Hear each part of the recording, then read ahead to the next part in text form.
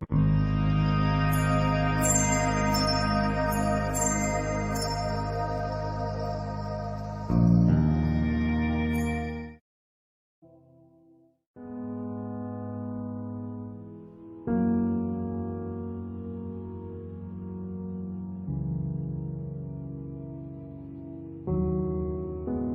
a conversation with Jesuit news editors, the pontiff added that, "It would be simplistic and wrong to say that he is pro-Putin."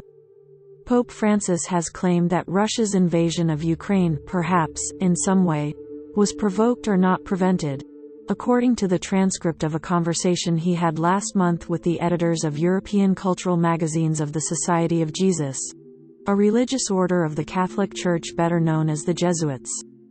In a transcript of that conversation published on Tuesday, the pontiff said that focusing solely on Russia could prevent people from appreciating the whole drama unfolding behind this war, which was perhaps somehow either provoked or not prevented. And note the interest in testing and selling weapons. Pope Francis also mentioned a conversation with an unidentified head of state with whom he spoke before the start of the war, and who expressed concern about NATO barking at the gates of Russia. And they don't understand that the Russians are imperial and they don't allow any foreign power to get close to them. Francis said that this head of state knew how to read the signs of what was happening. Before the invasion, Russian President Vladimir Putin had demanded that NATO rule out Ukrainian accession into the military alliance. And at first, the Russian leader sought to justify his attack by accusing NATO, which he defines as an instrument of U.S. foreign policy, of provoking the war.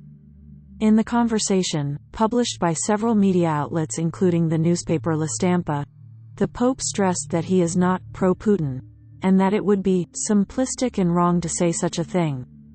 He further noted that Russia had miscalculated the war. It is also true that the Russians thought that everything would be over in a week. They met a brave people, a people struggling to survive and with a history of struggle, he added, praising the heroism of the Ukrainian people.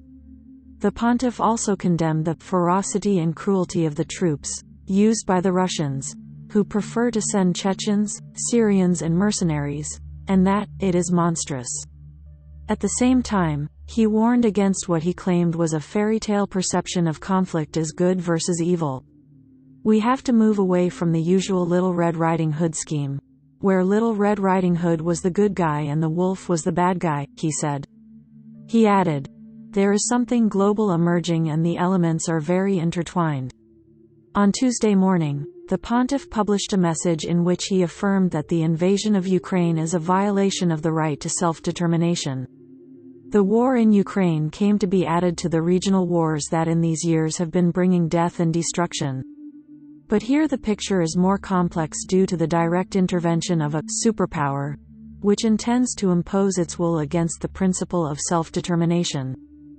Scenes of tragic memory are repeated and once again the reciprocal blackmail of the powerful silences the voice of humanity that invokes peace, wrote the pontiff in his message for the World Day of the Poor of the Catholic Church, which will be observed in November. At the start of the war, Francis was criticized for being lukewarm and for not explicitly mentioning Russia or Vladimir Putin as being responsible for the attack. Later, the tone in his official messages and appearances hardened and he began to speak clearly of an invasion or the intervention of a superpower, as he did in the recent message for the World Day of the Poor. He even made himself available to travel to Kyiv, the capital of Ukraine. In the interview, Francis explained that he intends to meet with Russian Orthodox Patriarch Kirill, a close Putin ally who supports the war in Ukraine, at an interfaith event in Kazakhstan. Kirill recently reproached Francis for asking him not to become the Kremlin's altar boy, in an interview with the Italian newspaper Il Corriere della Sera. The Russian Patriarch accused the Pope of having chosen the wrong tone to convey his message, adding that such comments could damage the traditionally sensitive dialogue between the two churches. Francis recalled that in a 40-minute conversation he had with the leader of the Russian Orthodox Church through a video call, the latter read him a statement in which he gave the reasons to justify the war, and that he replied, "Brother, we are not clerics of the state, "We are pastors of the people." The two were scheduled to meet in Jerusalem in June, but the trip was mutually cancelled due to the war. The Argentine-born pontiff has also warned of the danger that attention to what is happening in Ukraine will decline over time. What will happen when the enthusiasm to help wanes? Things are already getting cold, and who is going to take care of these women? We have to look beyond the concrete action of the moment, and see how we are going to support them so that they do not fall into trafficking, so that they do not get exploited, because the vultures are already circling overhead, he warned. Pope Francis has expressed that, in his opinion, the Third World War has already broken out. A few years ago it occurred to me to say that we were experiencing a Third World War in pieces. Now, for me, it has been declared. And this is something that should make us reflect. What is happening to humanity that it has had 3 world wars in a century?